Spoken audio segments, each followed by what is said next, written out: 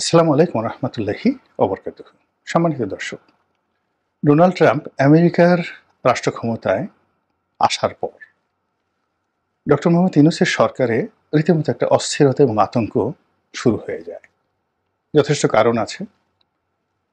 তার মধ্যে প্রধানতম কারণ হলো যে ডোনাল্ড ট্রাম্পের এবারের যে বিজয়টি আমেরিকার ইতিহাসে ব্যতিক্রম। আবার বাইডেন সরকার ডোনাল্ড ট্রাম্পের জমানাতে যে কর্ম করেছেন, অর্থাৎ ডোনাল্ড ট্রাম্পকে কোর্টে নিয়েছেন, গ্রেপ্তার করেছেন, জেলে রেখেছেন, তার বাড়িঘর তল্লাশি করেছেন এবং তাকে বেইজ্জতি করার জন্য সর্বোচ্চ চেষ্টা করেছেন। এটি আমেরিকার ইতিহাসে ইতিপূর্বে কখনো ঘটেনি। এক। ২ নম্বর হলো, যখন ডোনাল্ড ট্রাম্প এবং মিস্টার জো বাইডেন সর্বশেষ নির্বাচন প্রতিদ্বন্দ্বিতা করলেন, সেখানে নির্বাচনের পরপর ডোনাল্ড ট্রাম্প তার কর্মী বাহিনীর মাধ্যমে অনেকটা বাংলাদেশি কায়দায় যে সন্ত্রাস চালিয়েছেন, ওটাও আমেরিকাতে হয়নি কখনো। ফলে ডেমোক্র্যাটরা সবসময় একটা ভয়ের মধ্যে ছিল যে ডোনাল্ড ট্রাম্প ক্ষমতায় যদি আসেন, তিনি এই বাংলাদেশের আওয়ামী লীগ বিএনপির মধ্যে যে দ্বন্দ্ব সংঘাত, এটির চেয়েও বেশি করে আমেরিকাতে ভাতৃঘাতী সংঘর্ষ তিনি শুরু করবেন। তিনি জিয়েদি, তিনি মিথ্যাবাদী এবং তিনি বিগত সরকারের আমলে কতবার মিথ্যা কথা বলেছেন, এটাও কম্পিউটার দিয়ে তারা বের করে ফেলেছে। একেবারে চোখে মুখে তিনি মিথ্যা কথা বলেন। তিনি ব্যক্তিগত সম্পর্ক মেনটেন করেন এবং যখন যা ইচ্ছা তাই তিনি করেন এবং মুখ ফসকে নয়, ইচ্ছা করেই তিনি বিতর্ক তৈরি হয় এমন কথা তিনি সবসময় বলে বেড়ান। তো তিনি ডক্টর মোহাম্মদ ইউনূস সম্পর্কে খোঁজখবর নিয়েছেন, তার সম্পর্কে কটূক্তি করেছেন এবং সেই যে গ্রামীণ ব্যাংকের অমুক অমুক হিলারি ক্লিন্টনকে যে টাকা দিয়েছিল, যেভাবে শেখ হাসিনা জিজ্ঞাসা করে, ওইভাবে তিনি ডক্টর মোহাম্মদ ইউনূসের খোঁজখবর নিয়েছেন নির্বাচনের আগে। তো কাজেই নির্বাচনের পরে তিনি ক্ষমতায় যখন আসীন হলেন, সঙ্গত কারণেই ডক্টর মোহাম্মদ ইউনূসের ব্যাপারে খোঁজ খবর তিনি নেবেন এবং কতটা কঠোরভাবে নেবেন তার প্রমাণ আমরা দেখতে পেয়েছি গত কয়েকদিনে। যে নির্বাচিত হওয়ার পর পুরো যেই মেক্সিকো সাগর বা উপসাগর, গালফ অফ মেক্সিকো, এটার নাম পাল্টে দিয়েছেন।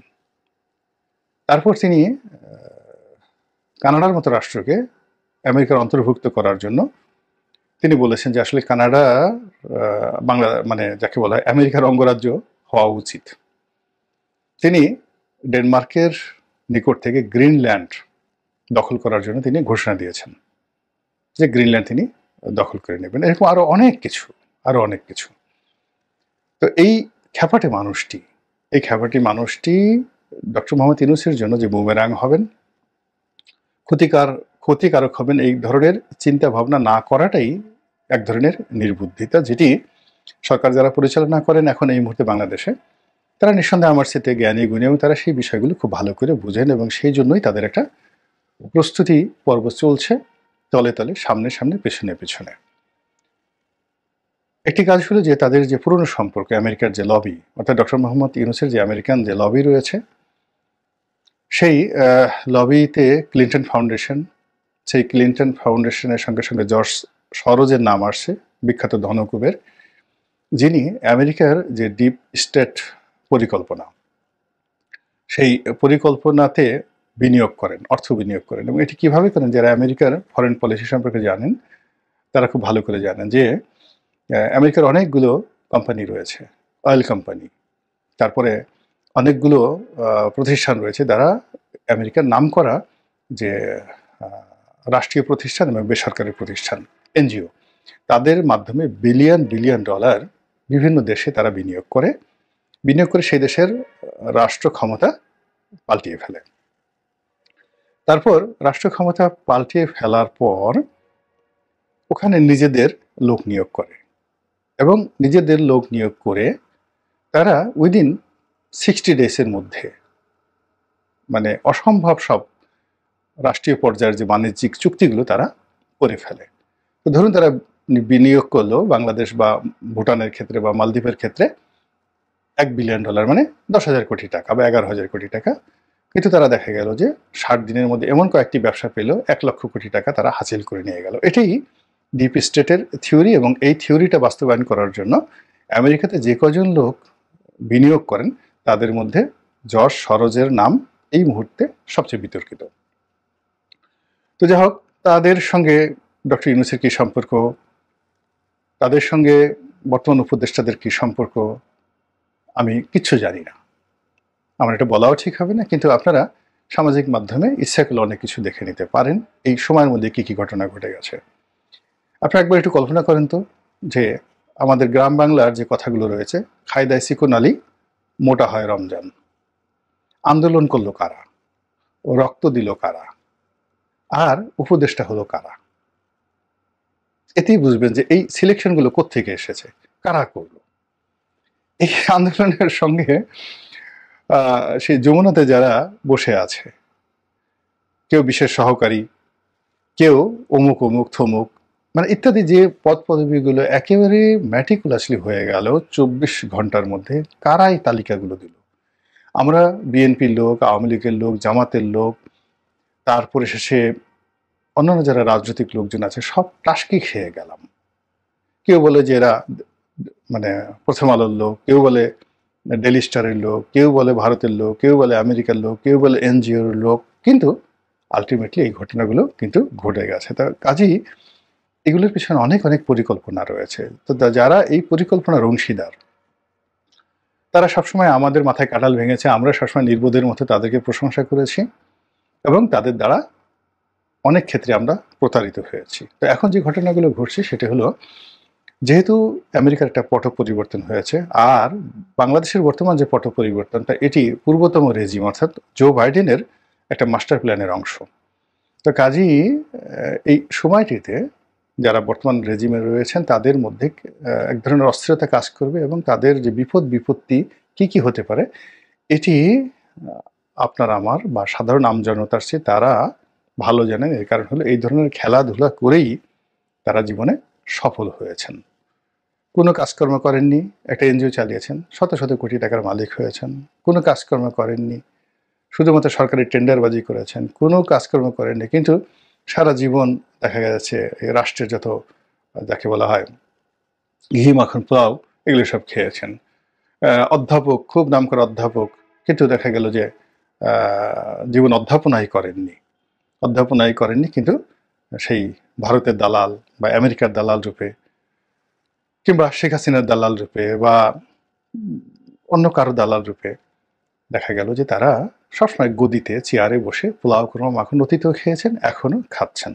এই যে একজন শিবলি রুবায়াত, তার মতো মানুষ কি করে বলেন তো আওয়ামী লীগ জমানাতে শেয়ার মার্কেটের যে নিয়ন্ত্রক সংস্থা সিকিউরিটি এক্সচেঞ্জ কমিশন, সেটা চেয়ারম্যান হলো, কি করে সে হাজার হাজার কোটি টাকা সেখান থেকে বানালো। এই জিনিসগুলো চিন্তা করুন, যেগুলো সব মানে মাস্টার প্ল্যান। কখনো এটা মোসাদ থেকে হয়ে আসে, কখনো দিল্লি থেকে হয়ে আসে, কখনো সিআইএ থেকে হয়ে আসে, আর আমরা আমজনতা, বেকুব জনতা এগুলোর সাথে লাফালাফি করি। তো যেটা বলছিলাম যে ডক্টর মোহাম্মদ ইউনূসের এই সরকারের মধ্যে ডোনাল্ড ট্রাম্প আসার পরেই এক ধরনের অস্থিরতা তৈরি হয়, এবং তারা বিকল্প খুঁজতে থাকে। তারা ভারতের সঙ্গে একটা মিনিমাইজ করার চেষ্টা করে, কেন প্রথম দিকে তারা চেষ্টা করেছিল ভারতকে হিট অ্যান্ড হার্ট করে বীরের মতো বা জেহাদি জনগণের মতো, জনগণের নেতা হিসেবে তারা চে গুয়েভারা হয়ে বা ফিদেল ক্যাস্ট্রো হয়ে কিউবার মতো একটা শক্তিশালী রাষ্ট্র গড়ে তুলবেন। আমেরিকার মধ্যে যেভাবে একেবারে নাকের ডগায় কিউবা টিকে আছে, ওভাবে ভারতের নাকের ডগায় এটা টিকে থাকবে। কিন্তু পরবর্তীতে দেখা গেল যে না, সম্ভব নয়। তখন তারা ভারতের সঙ্গে সমঝোতা করার, বন্ধুত্ব করার জন্য উপায় খুঁজছে, এবং এখন পর্যন্ত উপায় হয়নি। দ্বিতীয়ত, আমেরিকার সঙ্গে সম্পর্ক স্থাপন করার জন্য তারা চেষ্টা করেছে, কিন্তু সেটা কার্যত একেবারে বুমেরাং হয়ে গেছে। ফলে তারা কি করলো, সাবেক সরকারের যে এজেন্সিগুলো রয়েছে, যে লোকজন রয়েছে, লোকবল রয়েছে, ফাইন্যান্স রয়েছে, কানেক্টিভিটি রয়েছে গ্লোবালি, সেটাকে তারা ম্যাটেরিয়ালাইজ করার চেষ্টা করেছে বা করবে, এটাই স্বাভাবিক। এবং সেই জিনিসগুলো করতে গিয়ে মিস্টার ডোনাল্ড ট্রাম্পের সঙ্গে তাদের যে সম্পর্ক আরও খারাপ হবে, এবং সেই খারাপ হওয়ার প্রেক্ষিতে পর্দার আড়ালে যে অনেক উত্তেজনাকর ঘটনা ঘটছে, অনেক নাটক হচ্ছে, উপনাটক হচ্ছে, সেগুলো আমরা কিন্তু মোটামুটি বুঝতে পারছি। এবং অতি সম্প্রতি মিস্টার ডোনাল্ড ট্রাম্প এবং মিস্টার নরেন্দ্র মোদীর যে বৈঠক, এই বৈঠক নিয়ে যেভাবে আমজনতা উত্তেজিত, অস্থিরতায় ভুগছে, আওয়ামী লীগের লোকজনের মধ্যে যেভাবে একটা উল্লাস দেখা যাচ্ছে, একইভাবে সরকারের মধ্যে কিন্তু অস্থিরতা দেখা যাচ্ছে, এবং অস্থিরতার লক্ষণ বা ভয় পাওয়ার লক্ষণটা হলো এইরকম, যেমন ধরুন আপনি গ্রামের একটা রাস্তা দিয়ে যাচ্ছেন গভীর রজনীতে, একা, খুবই আধুনিক বিজ্ঞান মনস্ক, কোনোদিন ভূত প্রেতকে আপনি বিশ্বাস করেননি, অমাবস্যা রাত্রি, কিন্তু সেই দিন আপনাকে ভূতের ভয় পেয়ে বসলো, এবং সেই ভূতের ভয়ের মধ্যে আপনি যাচ্ছেন, নিজের কাছে নিজে লজ্জা পাচ্ছেন যে আমি এত বিজ্ঞান মনস্ক, আমার এত ভয় কেন, কেন আমার হাত পা ঠকঠক করে কাঁপছে, আমার হৃদয়ের মধ্যে কেন ধুক ধুক আওয়াজ হচ্ছে, দিল কিউ না ধাক ধাক করে, এরকম কেন হচ্ছে। তো ওই অবস্থাতে যদি পেছন থেকে কেউ একটু ধীরে, ছোট একটা বাচ্চা ছেলে ওই রজনীতে জাস্ট দুষ্টামি করে বলে কুক, আপনি সঙ্গে সঙ্গে চিত হয়ে পড়ে যাবেন, সঙ্গে সঙ্গে চিত হয়ে পড়ে যাবেন, এমনকি আপনার হার্ট ব্রাস্ট হয়ে যেতে পারে, আপনার মস্তিষ্কে রক্তক্ষরণ ঘটতে পারে ভয়ের কারণে। তো মানুষ যখন অস্থিরতায় ভুগে তখন দেখা গেল যে ছোটোখাটো বিষয়গুলো নিয়ে, অনুল্লেখ্য বিষয়গুলো নিয়ে, অপ্রয়োজনীয় বিষয়গুলো নিয়ে মাতামাতি করে। সরকারের মধ্যে যদি স্থিরতা থাকতো, আত্মবিশ্বাস থাকতো, সরকারের জনপ্রিয়তা থাকতো, এবং সরকারের যদি লক্ষ্য স্থির থাকতো, তাহলে মিস্টার মোদি কি বললেন, ডোনাল্ড ট্রাম্প কি বললেন, ওগুলো নিয়ে তার একটু মাথা ব্যথা হতো না। এই বাংলায় শেখ হাসিনা হিলারি ক্লিন্টনের টেলিফোন ধরেননি, একদম ধরেননি।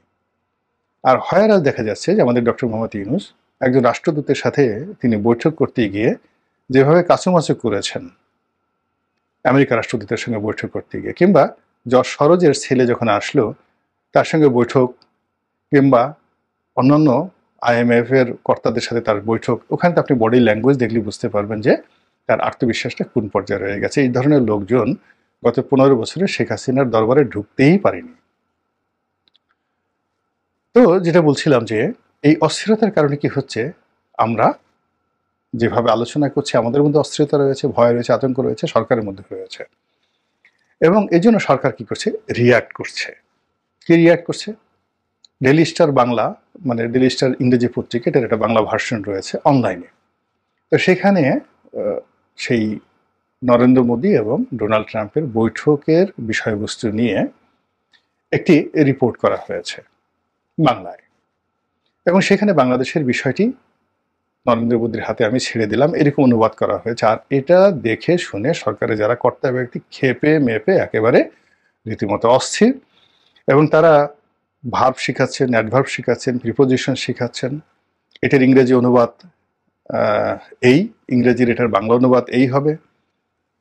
ডেইলি স্টারের মতো একটা পত্রিকা এখনও তারা ইংরেজি থেকে বাংলা অনুবাদ করতে শিখে নেয়, এরকম নানা রকম কথাবার্তা তারা বলছে। এটা মূলত ভয় থেকে এবং অস্থিরতা থেকে হয়। নরেন্দ্র মোদী কি বলল, কিংবা ডোনাল্ড ট্রাম্প কি বললো বাংলাদেশের ব্যাপারে, এই নিয়ে তো আমার মাথা ঘামানোরই দরকার নেই, কোনো অবস্থাতে মাথা ঘামানোর দরকার নেই, কিন্তু আমরা ঘামাচ্ছি বিকজ আমরা ভিতরে ভিতরে ঘামছি। এই গেল একটা। 2 নম্বর হলো যে এখানে দেখবেন যে